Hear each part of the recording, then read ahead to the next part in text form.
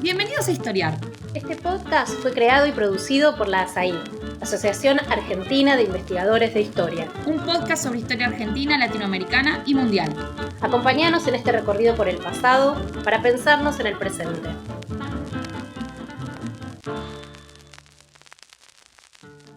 En 1951, el panadero Vicente del Campo del Barrio, ya jubilado, presentó un pedido de naturalización en un juzgado de la provincia de Mendoza.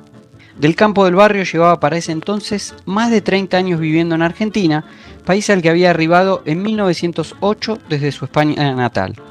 El fiscal que recibió la causa rechazó inicialmente la solicitud por considerar que, carente de empleo, el panadero no contaba con medios de sustentación suficiente.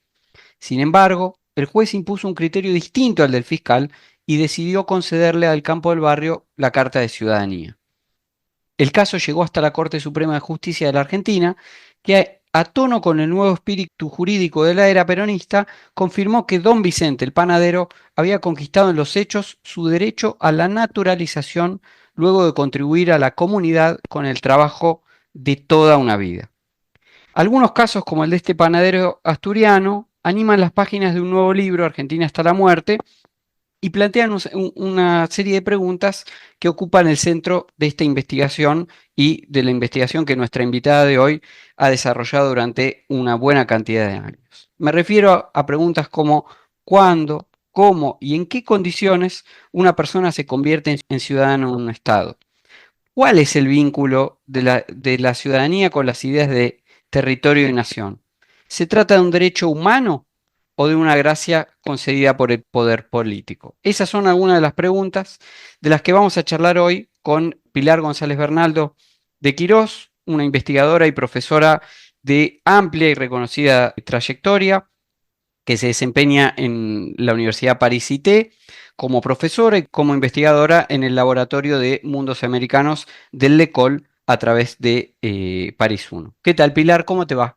¿Qué tal, Nicolás? ¿Cómo andás? Bienvenida a Historiar y es un gusto tenerte aquí. Bueno, lo que dispara nuestra conversación es tu nuevo libro, Argentina hasta la muerte, políticas de nacionalidad y práctica de naturalización, siglos XIX y XX, pero vamos a utilizar el libro como un poquito como excusa para hablar de un tema muy actual, que es el de la ciudadanía, el de la nacionalidad, el de la naturalización. Así que me gustaría comenzar por preguntarte, em, ¿de dónde vienen las ideas de ciudadanía y de nacionalidad? ¿Son lo mismo? Porque a veces se utilizan como sinónimos.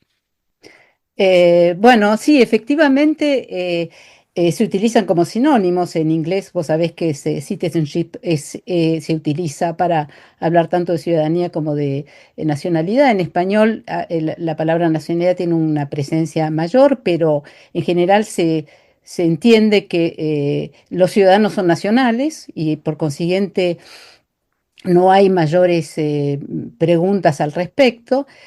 Eh, el libro parte, vamos a decir, una apuesta, y es que estas dos nociones que tienden a confundirse han tenido trayectorias diferentes. Y que la confusión es históricamente, digamos, datada, ¿no? O sea, que hay que dar cuenta de ella. Entonces, esa primera apuesta que no era evidente, pero que tiene una historia sobre la cual puedo volver, me llevó entonces a distinguir dos cosas dos términos que por un lado son polisémicos ellos mismos, ciudadanía y nacionalidad, y que esta confusión lleva a validar finalmente un proceso histórico que llevó, por ejemplo, a la exclusión de las mujeres, ¿no? Que justamente cuando yo veía, tanto en el campo tanto en lo que hace a las mujeres como también en la historia imperial, que no todos los nacionales eran ciudadanos, ¿no? Y que había ciudadanos que no eran nacionales.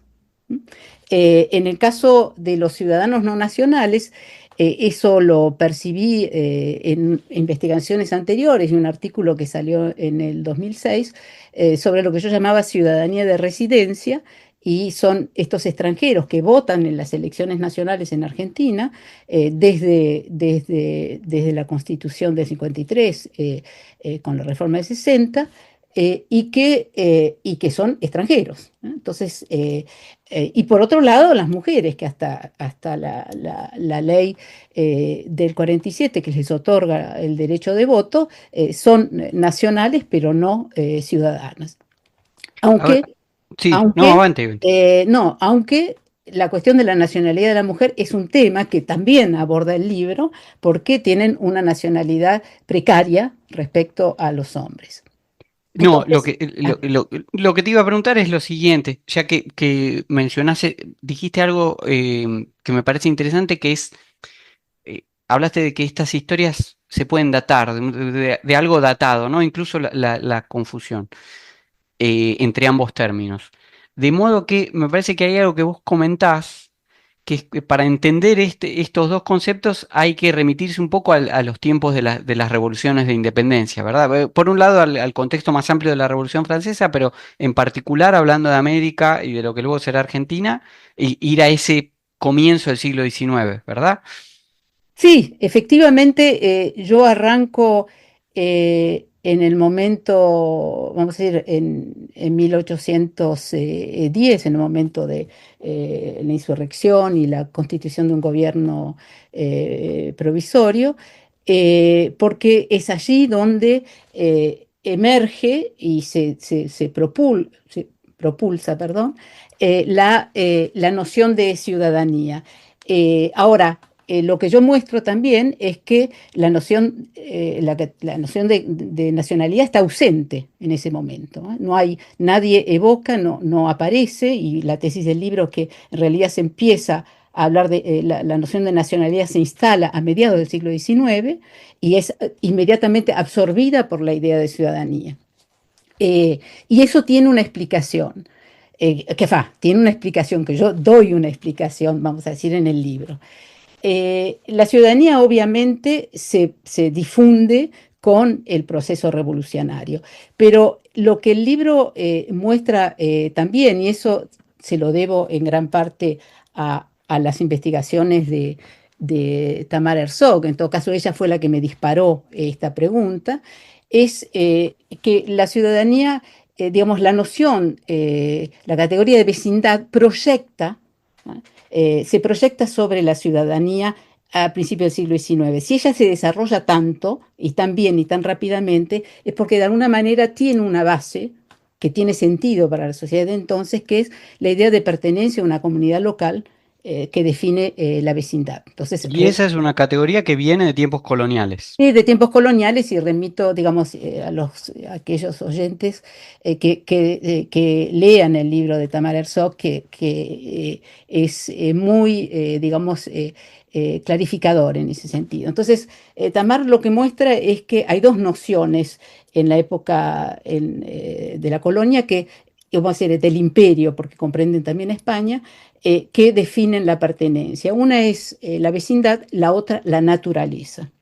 Entonces, la primera pregunta que me hago es qué pasa con eso, qué es lo que hace la revolución con esas nociones. Entonces, la vecindad se proyecta sobre la ciudadanía y le otorga dos elementos importantes, que uno es el arraigo a una comunidad local y eso como privilegio. Y esa noción de ciudadanía como privilegio persiste. Yo cuento la historia interesante de Lord Stanford, que es el representante británico que se encuentra perdón, en Río de Janeiro, y la Junta le quiere agradecer lo que considera como el apoyo que él da al movimiento revolucionario, y para eso le concede, le acuerda una carta de ciudadanía. Y Stanford les agradece mucho, pero le dice, no, muchas gracias, pero yo soy sujeto del rey de Inglaterra y no, digamos, no puedo ser sujeto de dos soberanías. Entonces, eso muestra que esa carta que le otorgan es una suerte de reconocimiento de honor y privilegio que tiene que ver con la carta, con esa proyección de la vecindad sobre la ciudadanía. Pero la revolución introduce una novedad en esta noción de vecindad que ahora es ciudadanía, que es el componente político-ideológico, que es la ciudadanía como defensa, digamos, como miembro de una comunidad política identificada a ciertos valores, la libertad y luego será la independencia. Y este componente político-ideológico es interesante decir que aparece y desaparece en la historia de la ciudadanía, ¿no? No es continuo, no es No, continua para su nada. presencia. Digamos, el libro muestra que no hay continuidades. Y por eso que yo, digamos, en el libro digo que me inspiro mucho en la noción de Norbert Elias de configuraciones, ¿no? O sea, son contextos que hacen, digamos, que potencian una u otra dimensión. Esta noción político-ideológica está muy presente a principios durante la Revolución. Y se ven, por ejemplo, en las cartas de ciudadanía, en donde hay que demostrar una fidelidad a la causa, que se piden, por supuesto, a los españoles, pero que incluso a los americanos. Yo muestro, por ejemplo, el caso de Goyeneche, que es nacido en América, pero realista. Y entonces Goyeneche se considera que se lo desnaturaliza porque no es fiel a la causa. Entonces, De modo que ahí hay un primer cambio importante que es cuando vos decís que la ciudadanía en vínculo con esta idea de vecindad es un privilegio, uno podría inferir que es una gracia otorgada por el rey, digamos, es una no, gracia no, real. no. No. Tamar Herzog muestra bien que es el componente, digamos, local y social de la constitución de la ciudadanía. Eso el libro de ella lo muestra muy bien. Es decir, es un estatuto digamos, que se instala, que se define en función de la inscripción concreta y social a una comunidad, En no la a la localidad. población, en la Bien, localidad. pero en este contexto revolucionario que vos estás mencionando, la idea de uno va a ser ciudadano en la medida en que sea fiel a una causa, digamos, ¿no? Digamos, la antigua noción no desaparece, pero se agrega la cuestión de la fidelidad a la causa. Y se identifica, por supuesto, con la causa de la libertad y que se llama la causa americana. Entonces, esa noción de ciudadanía durante la primera mitad del siglo XIX define, y en esto los trabajos de Alejandro Agüero son sumamente útiles e instructivos, está definiendo la pertenencia ya no a una corporación territorial, sino a una comunidad política municipal y luego se hace provincial. Lo que es interesante es hacerse la pregunta de qué pasa con la naturaleza.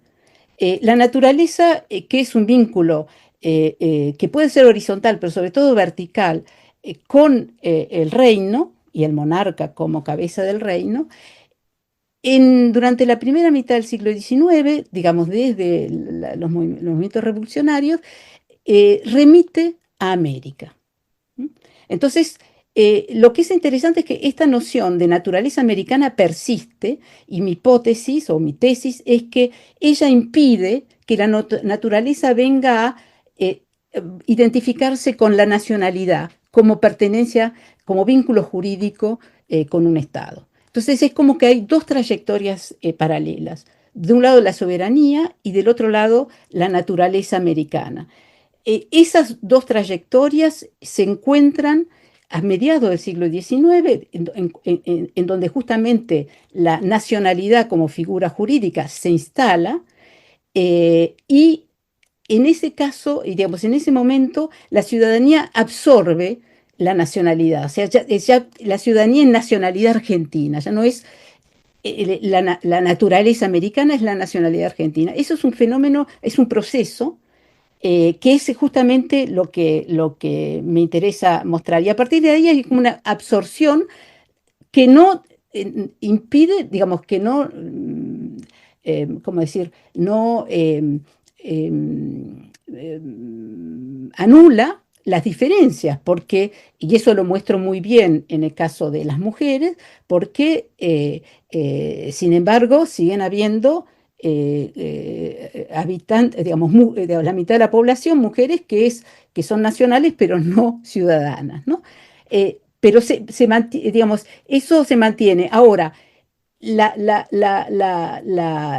esta absorción lleva a, y la legislación que la acompaña, de alguna manera a silenciar la dimensión político-ideológica. Es como que no hay, ya la República se ha instalado, la Constitución adaptada, es como que eh, ahora la cuestión que impera es cómo definir a los que son nacionales y por lo que será el... Ahí aparece una de las primeras discontinuidades en la historia Exacto, del elemento político ideológico sí, que vos mencionabas, que es muy interesante porque, o al menos me gustaría destacar la parte de que hay una historia a veces que presenta a la ciudadanía y a la nación como el producto de la formación de un Estado nacional, ¿no? Viene primero un Estado nacional y ese Estado transforma a los habitantes, vamos a ponerlo así, de algún lugar en ciudadanos y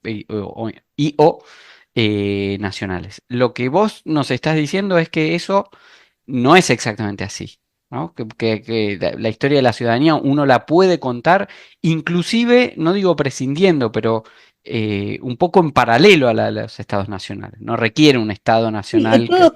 en todo caso también lo que digo es que la historia de la ciudadanía uno la puede contar separada de la historia de la nacionalidad. Eso, no me animaba a decirlo, no me animaba a decirlo así, Precisamente, pero sí. sí, sí, sí, son dos historias, son dos trayectorias diferentes y justamente que se encuentran, se confunden, se manipulan, o sea, se manipulan, se utilizan, se disputan. ¿M? Entonces, esas son las dos trayectorias. Ahora, yo me concentré a mí lo que me interesa, en el libro me centro en la nacionalidad como una categoría jurídica. Ese es mi tema. Ahora, yo no puedo prescindir de justamente esta compañera que es la ciudadanía, que la opaca, la resignifica, forma parte de las disputas. Entonces, voy en paralelo, pero mi centro es la nacionalidad, por varias razones. Primero porque sobre ciudadanía se ha escrito un montón y conocemos un montón y hay en Argentina y en todo, digamos, es un tema muy eh, ya visitado, que no es el caso de la nacionalidad. La nacionalidad es... Curiosamente, por otra parte. Sí, yo en el libro empiezo a decir, la curiosidad mayor que a mí me provocó, y sobre todo habiendo trabajado sobre migraciones, Argentina, un país que ha recibido más de, a ver si pero creo que en total como 9 millones de extranjeros en la historia, vamos a decir, de la independencia, no tiene investigaciones sobre las naturalizaciones, algo que me llamó mucho la atención. Y eso tiene que ver también con que en general, como se confunde ciudadanía y nacionalidad, es más, todos los trabajos que hay sobre la no naturalización de los extranjeros tienen que ver con la indiferencia hacia la participación política. Entonces todo el debate es, ¿los extranjeros participan o no participan en la política? ¿Mm? Para resolver ese problema, cuando yo lo que muestro es que hay otra cosa que es un estatuto jurídico. Y ese estatuto jurídico, o sea, la historia de ese estatuto jurídico, de la nacionalidad como estatuto jurídico, no se conoce. Ahora me corrijo. Los juristas han trabajado sobre eso y hay muchas cosas, pero los historiadores no han trabajado al respecto. Y la apuesta del libro, y que es una apuesta metodológica interesante, al mismo tiempo, decir, corro riesgos tomándola, pero me parece que es estimulante, es cómo hacer de un objeto de una disciplina, otra que es en este caso las ciencias jurídicas, cómo tratar un objeto de una disciplina con las herramientas de otra. Entonces, lo que yo quiero hacer es trabajar la nacionalidad como estatuto jurídico en tanto que historiadora. No, digamos, digamos, no es novedoso en el sentido que esta idea ya la he desarrollado en el libro sobre civilidad y política y viene de mi experiencia como decir, como alumna de Maurice Agulon. Maurice Agulon, ¿qué hace con la sociabilidad?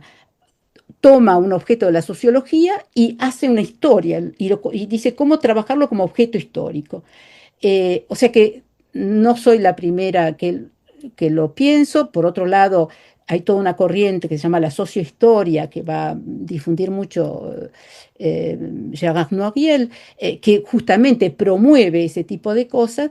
La novedad, digamos, lo que yo introduzco es decir, ir hacia las ciencias jurídicas, que son bastante áridas, y plantear cómo podemos hacer, cómo hacer una historia de esa categoría jurídica. Entonces, esa es la apuesta del libro.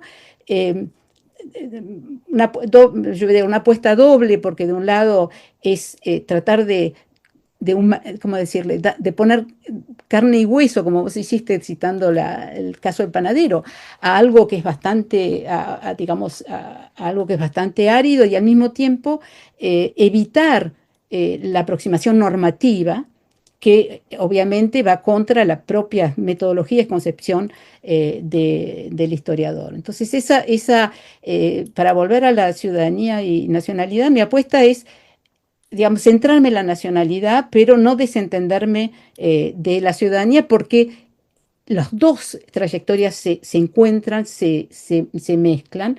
Por ejemplo, para volver a la cuestión política, que digo, una definición política ideológica y luego una definición jurídica que se impone de la nacionalidad, la definición política no desaparece completamente. Y yo la encuentro que reaparece en momentos, por ejemplo, las famosas leyes de expulsión de extranjeros en el 2 y en el 10, porque, digamos, uno de los razonamientos, de los argumentos por qué se los expulsa es porque introducen ideologías disolventes a la nacionalidad. O sea, que se considera que la nacionalidad tiene una definición político-ideológica que es el liberalismo. Ve- a propósito de eso, porque creo que bueno, una de las cosas que el tema y el libro en particular pone en discusión y que es de una actualidad muy potente es esto, ¿no? Como, bueno, quién es la relación entre, estoy pensando en las migraciones que ocurren ahora en Europa y en muchos otros lugares, que ponen en discusión, bueno, los que vienen de fuera, para llamarlo así, alteran un modo de vida, una definición política o ideológica de la nacionalidad, la ponen en juego y demás. Pero antes de eso, que se manifiesta muy claro, como vos decías, a principios del siglo XX, vos me parece que identificás en el momento de constitución de la Argentina como Estado-nación, Ujú. expresado en las discusiones constitucionales de los 50 y de los 60, vos decís ahí, bueno, acá aparece la pregunta de quiénes son argentinos, ¿no? Cómo definir, por lo menos en términos legales, quiénes son los argentinos. Y hay una respuesta en la época, que es la ley de 1869, que vos decís, bueno, esto va a ser fundante al menos y va a tener una permanencia muy notable respecto de cómo el Estado argentino entiende esa relación entre ciudadanía y nacionalidad. ¿Qué es lo que dice esa ley del 69? Bueno, esa ley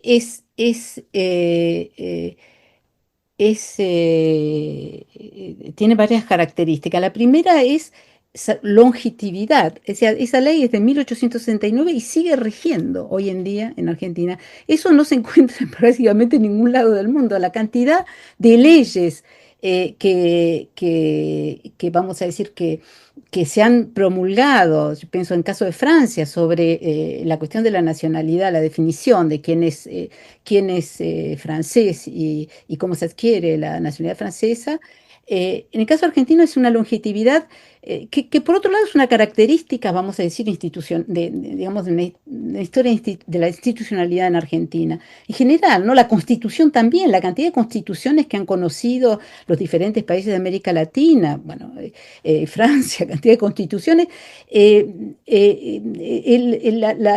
seguimos con una reforma, pero de esta Constitución. Entonces, las leyes tienen una amplia, como decir, perennidad. Lo que pasa es que después hay que justamente salir digamos, de la aproximación normativa y ver después cómo se aplican, ¿no? Esas leyes. Bueno, entonces, una es la longevidad 69. La segunda es la extrema liberalidad. O sea, la ley es corta y dice, dice que el extranjero puede pedir la nacionalidad luego a la mayoría de edad y con 2 años de residencia. Y la nacionalidad no se pierde. Y todos los que nacen en territorio argentino son Bueno, argentinos. eso para los extranjeros. Todo aquel que nace en territorio argentino, independientemente de la nacionalidad de los padres e independientemente de su voluntad, 2 puntos O importantes. sea, es forzosa, es una ciudadanía forzosa. Sí, Es forzosamente argentino. digo, por eso el título Argentino hasta la muerte, para mostrar que la nacionalidad argentina no se puede perder, ¿no? Uno nace argentino y es obligatorio. Es obligatorio ser argentino y no se puede perder. Eso es lo que dice el 69. Ahora, respecto a digamos, la ley 69, que en realidad está reglamentando un artículo de la Constitución. Entonces ahí viene el segundo punto digamos, las instituciones argentinas, que es extremadamente liberal y único casi, es que la Constitución establece el principio de que, digamos, que todo extranjero tiene el derecho, después de 2 años de residencia, de presentar, o pedir al juez una carta de ciudadanía, como se llamaba. Entonces, la ciudadanía, digamos, la adquisición, no la ciudadanía obligatoria, pero los extranjeros que piden una ciudadanía, eso es un derecho y no una gracia del Estado. Es importantísimo este punto, porque si es un derecho, es la justicia que interviene, y si es la justicia tiene que digamos, intervenir, digamos, participa en tanto que, perdón, que me sale el francés, observar que la ley se respete y que los derechos se respeten, pero no es una decisión unilateral de una autoridad que decide en función de sus propios intereses, lo que Noiriel llama el egoísmo nacional, si yo quiero o no quiero este extranjero. En Francia, por ejemplo, no se explicaba por qué, si sí o no y punto. En Argentina, como es un derecho, si el juez no lo acuerda, el extranjero, claro que eso requiere recursos, puede apelar y puede ir hasta la Corte Suprema de Justicia, como fue Como el el caso, panadero. como el panadero.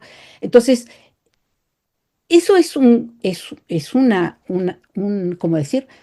Una decisión de un Estado que está, digamos, que quiere un Estado inmigratorio, pero es, digamos, llamativamente progresista o liberal para una norma internacional en donde la naturalización es una gracia del Estado, que acuerda en función de sus intereses o sus principios. Entonces, eso es un punto.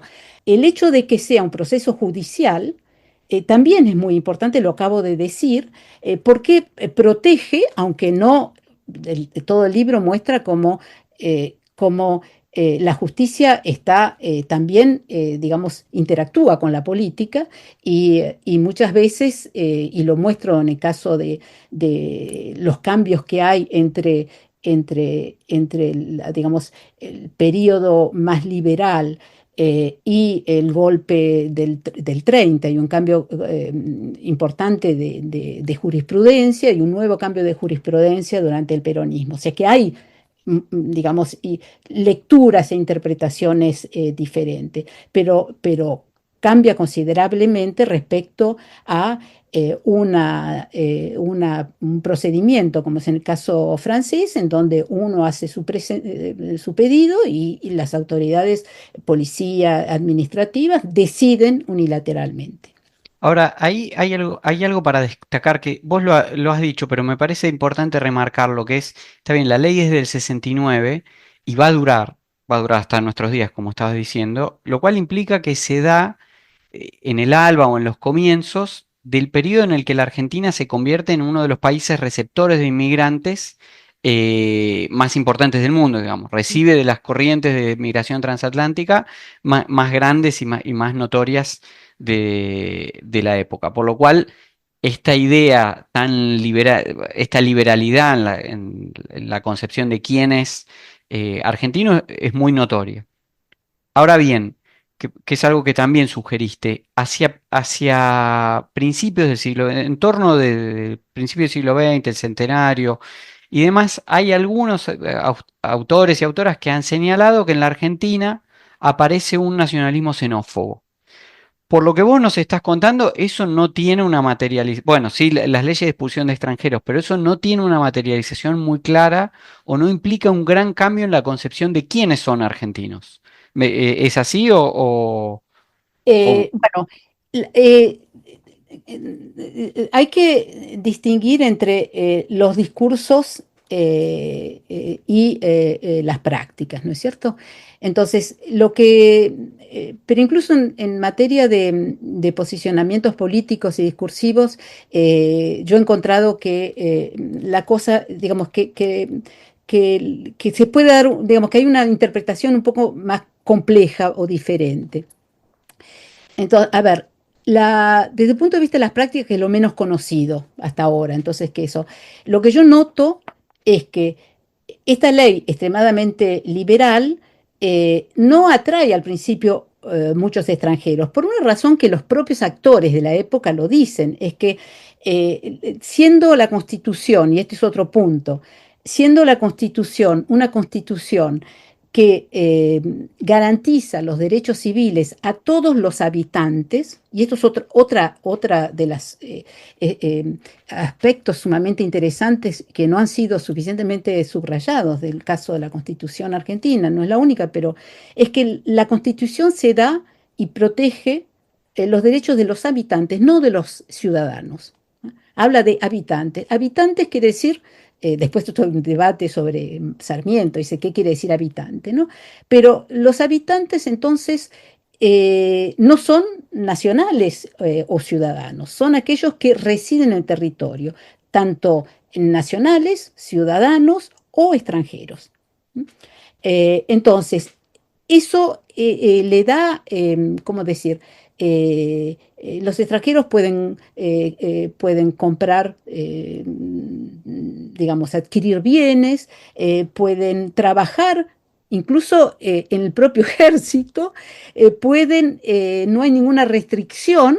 Entonces, ¿por qué razón se van a naturalizar? Cuando, como dice Sarmiento, se encuentran en la situación privilegiada de tener, dice Sarmiento, dos protecciones, tienen el cónsul que los protege y por otro lado tiene el Estado argentino que también los protege. Entonces, y pueden incluso alternar en función de sus intereses. Entonces, nada los incita. Y por otro lado, en tanto que extranjeros no están sometidos a la ley del servicio militar obligatorio. Y como están lejos de su tierra de origen, están preservados de la participación del otro lado. Entonces, efectivamente, nada los incita y por eso es que a partir de fines del siglo XIX comienza todo no, a fines del siglo XIX, si dije bien, todo un movimiento político que analiza bien Liliana Bertoni digamos, modificar la ley y sobre todo obligar a los extranjeros a naturalizarse, ¿no? Entonces, ese es el relato y en la práctica efectivamente yo lo he constatado. Trabajando hay pocas naturalizaciones. Ahora bien, este discurso de los extranjeros que no se naturalizan, sobre todo que son desinteresados de la participación, ese discurso se impuso en los estudios migratorios, en la historia política argentina, sin verdaderamente hacer una investigación concreta. Entonces, la investigación concreta muestra que en realidad hay variaciones en el tiempo y que hay un cambio considerable a partir de los años 20, 1920, donde pasamos del 2,2% de naturalizaciones para el censo del 14 a 15, según como los cálculos que se hagan, entre 15 y 20%. O sea, muchísimo, es un salto enorme. Ese salto enorme tiene que ver con los cambios de los flujos migratorios. Nuevas poblaciones, sobre todo muchos que van a estar afectados, minorías europeas, después de que la Primera Guerra Mundial redibuja las fronteras europeas. Entonces hay muchas minorías que son algunos técnicamente apátridas, como los armenios, que digamos que no, en tanto que minoría, no quieren regresar o consideran que es mejor regresar, pero con un pasaporte con otra nacionalidad que la que tenían. Entonces, ahí hay digamos, un aumento considerable de estas naturalizaciones, digamos, que no responde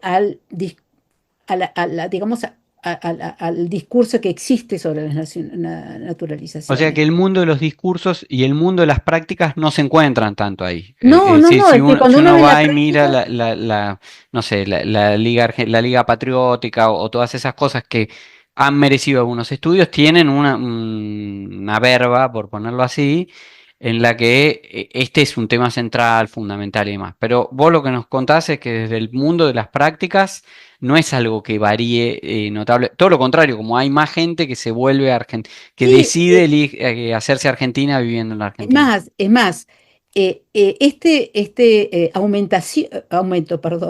aumento considerable de las naturalizaciones en realidad empieza un poco antes del 20, pero más o menos a partir del 20, eh, es tan exitoso que en el 31 Uriburu, con el golpe de Estado, publica una reglamentación, digamos, un reglamento de aplicación de la ley de 1869. La ley de 1869 se aplica, es una sucinta, simple. En el 31, o sea, 70 años después, se publica el reglamento de aplicación de la ley, que contradice absolutamente los términos de la ley. Entonces, fíjate qué llamativo, en el momento que la ley termina siendo exitosa, el reglamento, digamos, viene ahí para impedir que sea exitosa, para filtrar. Entonces, que no corresponde, digamos, a la vulgata de que los extranjeros siguen sin naturalizarse porque no les interesa, porque hay, digamos, por distintas razones. Entonces, ese es un punto digamos, que la investigación muestra respecto a lo que se tenía por cierto, o sea, o lo que se repetía como una explicación histórica. El segundo punto, que ya tiene que ver más, digamos, una discusión sobre los textos mismos, y eso tiene que ver una discusión sobre todo, el trabajo de Analia Bertoni, que es un trabajo buenísimo, que también me disparó un montón de preguntas, y es que eh, Liliana, perdón, Liliana considera que todo este movimiento por la naturalización de los extranjeros es una expresión de una xenofobia, un nacionalismo que ella ubica tempranamente en los años 90. O sea que el interés por el problema de la nacionalidad tiene que ver con el nacionalismo. Entonces, lo que yo muestro es que el interés por el tema de la nacionalidad tiene que ver, sobre todo, en ese momento, con cuestiones de soberanía territorial. ¿Por qué? Y ahí engarzo, o sea, articulo con otro tema que está muy presente en todo el trabajo, que es la cuestión del derecho internacional privado. Este es el podcast de ASAI, la Asociación Argentina de Investigadores en Historia. Te invitamos a asociarte y a seguirnos en las redes, en Twitter, en Facebook, en Instagram. Podés encontrar toda la información sobre la asociación en nuestra página, asai.org.ar. Te esperamos todos los sábados con un nuevo episodio de Historiar sobre los grandes temas de nuestro pasado, abordados por especialistas e historiadores profesionales de manera rigurosa y cordial. Seguimos con nuestro episodio de hoy. Antes de que ahora nos metemos en los itinerarios jurídicos, porque es un aspecto muy relevante de tu trabajo. Me parece que además novedoso, porque lo pones en un campo que no solo nacional, sino de discusiones transnacionales. Pero antes, ya que estábamos hablando del periodo de la migración estábamos situados por ahí en los grandes números, ¿no? De la gente que llega, se naturaliza y demás. También hay otro aspecto que vos abordás de la cuestión de la nacionalización o de las prácticas de naturalización, que es esto de la producción de una identidad de una persona que emigró. Seguro cualquier persona que está escuchando, que tenga algún familiar que ha migrado a la Argentina o un pasado migrante, hay millones de historias de personas que tienen mal escrito el apellido, de parientes o hermanos que tienen una T, una T más, una T de menos, que cambió de un apellido judío o ruso o alemán, se castellanizó, por ponerlo de alguna manera, y eso, vos decís, a veces es una anécdota familiar, y vos decís, bueno, esto no es insignificante, porque tiene un sentido en la construcción del migrante como argentino, ¿no? Es una producción nueva. Si nos podés decir algo sobre eso, me interesaba particularmente. Sí, bueno, Primero porque hay historias así con mi propio apellido, pero la dejamos de lado. Pero sí, decías. Sí, bueno, es un tema interesantísimo. Yo ya lo había, digamos, percibido esta cuestión en un trabajo, una investigación que llevé a cabo anteriormente sobre la construcción genealógica de la memoria familiar, ¿no? Y en ese momento me di cuenta o advertí las dificultades que había en los países de inmigración en construir una memoria genealógica, que había una ruptura que era la migración. Entonces ya tenía este tema presente. Cuando hice el libro y sobre todo trabajando sobre archivos, tengo una parte que dice la historia vista a través del legajo, ¿no? Entonces, digamos, desarrollo una especie de observación o de aproximación etnográfica del archivo y miro un poco todo, ¿no? ¿Qué lo compone? Y lo primero que observé, entre otras cosas, es que en un legajo una persona se puede llamar de 3 o 4 maneras diferentes. Es decir, la ortografía cambia a medida que los documentos que aporta la policía o que aporta el certificado de trabajo, los testigos que testimonian que conocen a la persona y la llaman de otra manera. Es decir, y eso que, por ejemplo, tiene que ver con la dificultad digamos, de identificar a las personas, pero tiene que ver también con ¿cómo decir? Con dos cosas. Una es un poco la falta de interés por la propia, digamos, individualidad de la persona, es decir, y una práctica administrativa que se impuso y que no hay. Yo busqué toda la reglamentación y recién encuentro una en 1960, y es que al llegar, los extranjeros, quienes los inscriben, primero cuando bajan del barco y luego si hacen un proceso, digamos, hacen un pedido de naturalización, que no es siempre el caso, por supuesto, y es que tienden a castellanizar sistemáticamente el nombre, a veces cuando no saben cómo castellanizarlo, le ponen otro nombre y el apellido. Y eso hace que yo digo, tengo esta observación de que finalmente el individuo que emigra no es el mismo que el individuo que inmigra. O sea, son dos personas diferentes. Y esa diferencia, a veces los extranjeros la aceptan. Pongo un caso que a mí me resultó muy emotivo, porque es un zapatero armenio al cual le cambian absolutamente el nombre y el apellido varias veces en el propio legajo, y el otro sigue firma, digamos, el otro acepta porque no dice nada, pero cuando firma en digamos, una firma muy así tímida, sigue firmando como se llama él, ¿no? O sea, como el nombre, y que no es solamente una identidad propia, sino que también es una inscripción en una genealogía, ¿no? O sea, si vos decís, ¿cuántos que están escuchando dicen yo, sí, soy de origen italiano, soy de origen, eh, no sé, judío de Polonia, pero no logro hacer una genealogía porque no encuentro porque el nombre se ha cambiado. Entonces ahí hay una ruptura en una genealogía familiar. Y al mismo tiempo es un rompecabezas administrativo, porque estos individuos van a tener distintas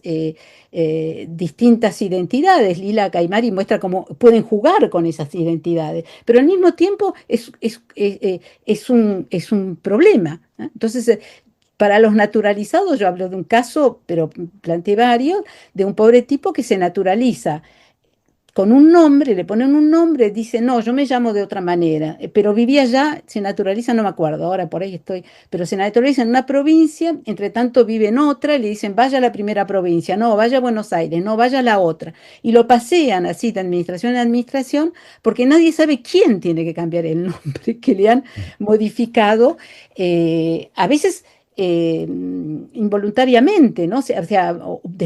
Por desprolijidad, porque no se comprende, pero hay algo sí que es sistemático, y es que se los castellaniza y cuando no se entiende se pone algún nombre de santo. Y eso es sistemático, pero recién será reglamentado en una normativa que es de los años 60. Eh, pero hay un caso de un inglés que va hasta la Corte Suprema de Justicia, o sea que ese es un tema sumamente interesante para los Y estudiantes. lo pone en la escala que vos decías hace un ratito de carne y hueso de la Claro, nacionalidad, ¿no? porque Ahí está el oficio de historiadora, diría, de acercarse a esta cuestión de carne, desde el legajo, como dijiste en algún momento. sí, sí, sí, sí, no, por ejemplo, eh, eh, desde el legajo procedí, o sea, de una manera inductiva y no deductiva, procedí a dar cuenta de cómo la administración va creciendo, o sea, los requisitos van creciendo, ¿no? No a través de la normativa, sino a través de cómo tengo una muestra de 2000 legajos y puedo comparar cuando se impone tal papelito que se pide sin que ninguna normativa lo requiera. Entonces, a partir del Y eso, legajo. claro, eso abre una puerta a una historia en la que no vamos a entrar ahora, pero que ha tenido su desarrollo en la historiografía argentina y global también, que es la de cómo se van robusteciendo los mecanismos de identificación de los estados, ¿no? Desde la huella dactilar hasta la fotografía, como para poder decir, bueno, esta persona es esta persona, más allá del nombre, de los 10 nombres que tenga en distintos expedientes. Absolutamente, y ese es un aspecto que, digamos, como el libro trata muchísimas cosas que evoco, pero que no, pero que actualmente estoy con una nueva investigación, voy a desarrollar más. O sea, se ve efectivamente cuando se empieza a pedir un certificado de policía, cuando, por ejemplo, se va a pedir un certificado de trabajo, cuando en realidad la ley no lo estipulaba, como tampoco lo de policía. La ley tampoco estipula que hay que tener dos testigos, pero se impone, y eso viene ya de una tradición anterior. Pero la cuestión de la, de la,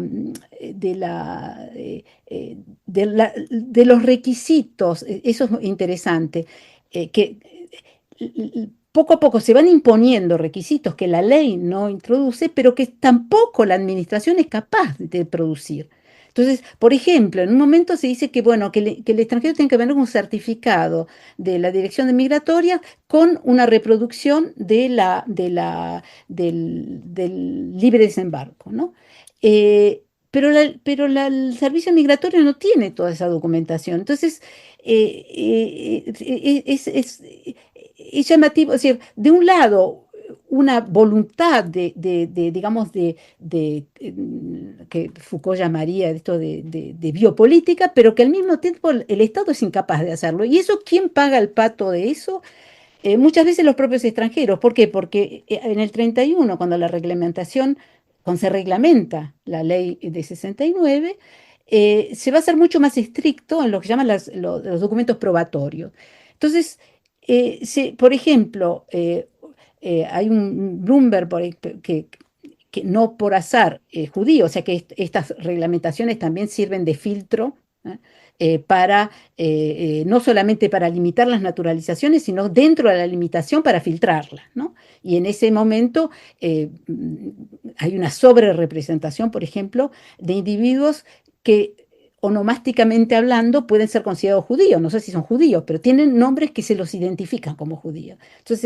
Y vienen obviamente de espacios donde las minorías judías eran importantes. Entonces, por ejemplo, no sé si era Bloomberg o otro, se le reprocha de que en el certificado que presenta, que le otorgó la Dirección de Migraciones, su apellido está mal ortografiado, que no corresponde con el nombre que él tiene. Pero ese error lo introdujo la administración. Entonces, y eso les permite efectivamente limitar, digamos, filtrar.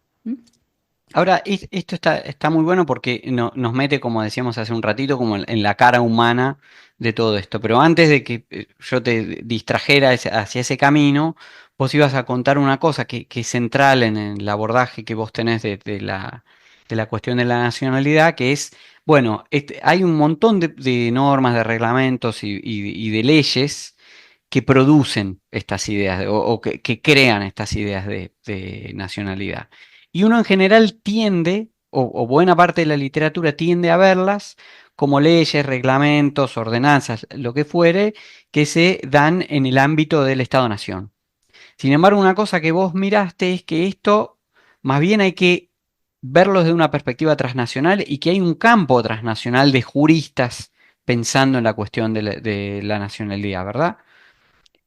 Sí, es un tema, digamos, la categoría de nacionalidad es una categoría, un estatuto internacional de la persona, reconocido como tal. O sea, la propia categoría requiere este tratamiento. El derecho de nacionalidad es un derecho efectivamente propio de la soberanía estatal digamos, y es abordado por ejemplo, el derecho constitucional, pero al mismo tiempo la nacionalidad es un estatuto internacional y por consiguiente dio lugar, la noción de nacionalidad se desarrolla en el siglo XIX, y no por azar se desarrolla en el momento en que justamente digamos, el capitalismo industrial propulsa las migraciones masivas. Y estas migraciones masivas, ¿qué hacen? 60 millones de individuos que atraviesan el Atlántico conectan una soberanía con otra, porque vienen con un estatuto jurídico de una soberanía y se instalan en un territorio de otra soberanía. Entonces, necesariamente eso genera lo que los juristas llaman conflicto de leyes. ¿cuál es la ley que prima? Como si ese individuo compra, vende, tiene un litigio, comete un delito, ¿quién qué derecho interviene? Entonces, el siglo XIX es un momento en donde emerge la noción de nacionalidad, la categoría jurídica, y al mismo tiempo el derecho internacional, privado y público, que es el que trata de resolver, encontrar soluciones a esos conflictos de soberanía. Entonces una categoría que no puede tratarse más que, o sea, internacionalmente también. Y lo que yo muestro es que para venir al caso argentino, los juristas argentinos son muy conscientes. El primero que tomó conciencia de eso y no, digamos, no es llamativo, es Alberdi. Alberdi en el 50 ya dice que tiene, digamos, que se está pensando en abrir en un proyecto de atraer poblaciones a lo que él llama el desierto. Inmediatamente dice hay que estudiar el derecho internacional porque esto va a provocar conflictos de leyes. Entonces tenemos que tener ese conocimiento. Y en el mundo, vamos a decir, europeo y donde se desarrolla el derecho internacional público y privado, que se hace en nombre de principios universales, vemos que el tema digamos, es central porque se están defendiendo obviamente intereses. Entonces, los principios que se definen también tienen que ver con los intereses de aquellos que lo definen, que dicen que hablan en nombre de la Universidad de la Ley, pero que están defendiendo intereses propios. Específicos. Por ejemplo, no es casual que los países que han conocido mayor movimiento emigratorio hayan sido aquellos, por ejemplo, como Italia, que hayan defendido el principio de nacionalidad de los individuos, es decir, que el individuo migra, pero el derecho que se impone es el derecho de su persona, que es el de su nación. Los juristas italianos han defendido ese principio porque obviamente Italia es un país de migración, como que los europeos han defendido el principio de ius sanguinis para no perder su población que migra hacia otros horizontes. Entonces, digamos, el derecho internacional como un derecho que se postula como universal y al mismo tiempo universal. La universalidad comprende a lo que ellos llaman los países civilizados. Ese derecho internacional, digamos, es un territorio en disputa que en un primer momento lo controlan estos juristas universalistas que se llaman la conciencia universal, la ciencia jurídica universal, pero que rápidamente, y no es casual que en Argentina haya habido se desarrolle tempranamente ese interés, los países de inmigración también van a encontrar que tienen intereses que defender y entonces que, digamos, van a disputar la universalidad del derecho o en todo caso van a disputar la posibilidad de definir la universalidad de derecho en función de las necesidades de esos países. Y eso Argentina... Yo trabajo sobre la red de juristas del Instituto de Derecho Internacional y los latinoamericanos son 7%, o sea, mínima, pero dentro de esa mínima los argentinos están sobre representados. Y no es porque fuesen más, digamos, más cultos, sino porque el problema es candente en Argentina.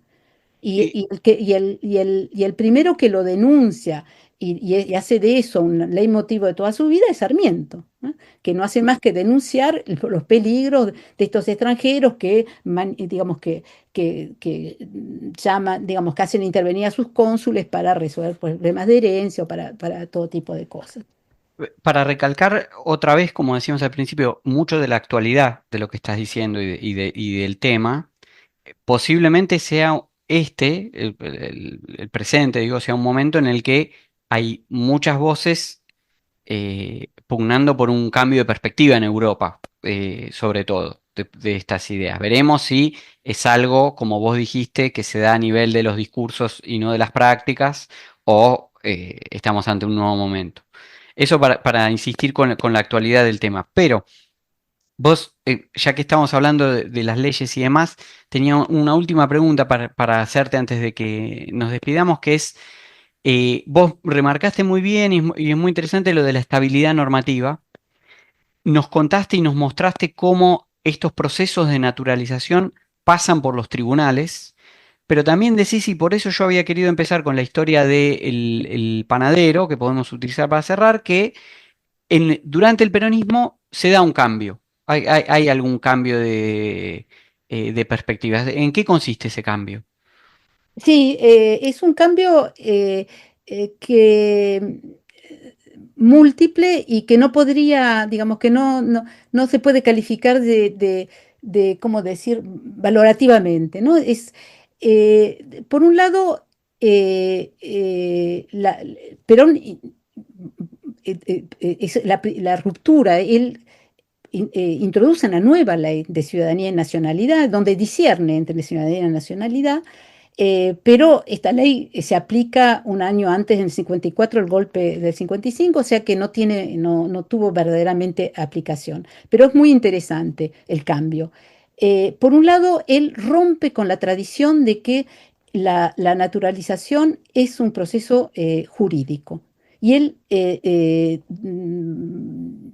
digamos, la ley lo instala como un proceso administrativo. Es el Poder Ejecutivo que decide. Esto es interesante. No sé, digamos, no he trabajado con los archivos administrativos de la época de Perón, lo presento en un pantallazo general de cambio legislativo. Supongo que una de las razones es para agilizar el trámite, pero otra de las razones es para controlar ese proceso, ¿no? Entonces, desde ese punto de vista, vamos a decir, es menos liberal que la etapa anterior. Ahora bien, lo que sí cambia también, y en esto es más progresista, vamos a decir, el gobierno peronista, es que hay un cambio considerable en la jurisprudencia, en donde, y el caso del panadero no lo muestra bien, en donde se considera dos cosas. Primero, ¿cómo decir? Se flexibiliza esta idea de que para naturalizarse hay que tener o demostrar un comportamiento irreprochable que introduce Uriburu con el decreto del 31, y entonces hay mucho más, ¿cómo decir?, interpretación situada. Por ejemplo, se dice que, bueno, que si un extranjero no puede, vamos al caso, un judío cuyo, digamos, que huye de Rusia anterior a la Revolución Soviética o posterior, y que no puede acceder a un documento que certifique su nacimiento allí, porque no hay relaciones internacionales con la Unión Soviética o por otra razón, se puede presentar otra documentación que lo atestigue. Es decir, se flexibilizan las condiciones, incluso para aquellos, como decía, colectivos que antes se filtraban. Se es más comprensivo y sobre todo se tiene en cuenta también esto, ¿no? O sea, digamos, una doctrina más social. Por ejemplo, hay una serie de rechazos a mujeres que se las rechaza porque no tienen medios de sustento, y porque si se naturalizan es para recibir un beneficio, y la respuesta finalmente es que lo mismo, que han contribuido a la riqueza de la nación, y que por consiguiente es normal y hay que acordarles la ciudadanía. Y acabaría con un caso muy interesante que también es en Mendoza, que es un brasileño. No tengo más que nombre y apellido. Yo me pregunto si no es un brasileño, o sea, si no hay una cuestión racista detrás de esto, se presenta también durante el periodo peronista, presenta una carta un pedido de carta de ciudadanía, el juez la rechaza y el argumento para rechazarla es que era analfabeto. Y entonces la ley dice, el reglamento de aplicación del 31 dice que el individuo, digamos, debería saber, digamos, poder comprender el español, debe comunicar en español. Ese aspecto está destinado a las llamadas inmigraciones exóticas, ¿no? Porque un italiano, un español, un portugués comunica. Entonces, no dice que hay que ser alfabeto. Entonces, esa decisión es apelada y la resolución es interesantísima porque en última instancia dice que si el hombre es analfabeto, la responsabilidad es del Estado que no le ha dado educación. ¿Esto O sea durante el peronismo? ¿Es durante el peronismo? sí, revierte el argumento, ¿no? Entonces hay una jurisprudencia que a tono con la doctrina justicialista que modifica digamos, la jurisprudencia anterior. Por otro lado, mantiene ciertas constancias y digamos, el hecho de atribuir, digamos, de quitarle al proceso la dimensión judicial es un punto digamos que autoriza o permite mayor arbitrariedad respecto a... pero todo esto no dura nada porque la ley no se vuelve, digamos, el golpe de Estado del 55 anula la ley peronista y vuelve a instaurar la ley del 69. Bueno, Pilar, la verdad que nos quedan 10.000 cosas por hablar porque efectivamente vos nos traes una mirada muy caleidoscópica, como dice el propio libro, sobre la nación, la ciudadanía, las ideas de soberanía y demás, pero te agradezco muchísimo por haber estado acá en Historiar.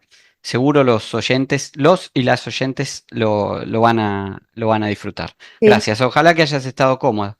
Sí, muchas gracias. Sí, y si me quedan 3 segundos, quisiera decir Por favor, sí. a las oyentas, no sé si se dice, es que el libro también acuerda un interés particular al caso de las mujeres, porque en este no solamente la nacionalidad ha sido, digamos, absorbida por la ciudadanía, pero las mujeres han desaparecido a través de un masculino genérico, que en general es un masculino excluyente. Es decir, la ley está escrita para los extranjeros, ciudadanos, y ese masculino que se dice genérico no lo es tal. Entonces, es un punto interesante que hasta ahora no ha sido destacado. Poco se sabe sobre las mujeres y la nacionalidad, no la ciudadanía, y el libro intenta abrir esa puerta, que espero que sea luego camino transitado por otros y otras investigadoras. Bienvenida a esa puerta, entonces. Muchas gracias, Pilar. Nada.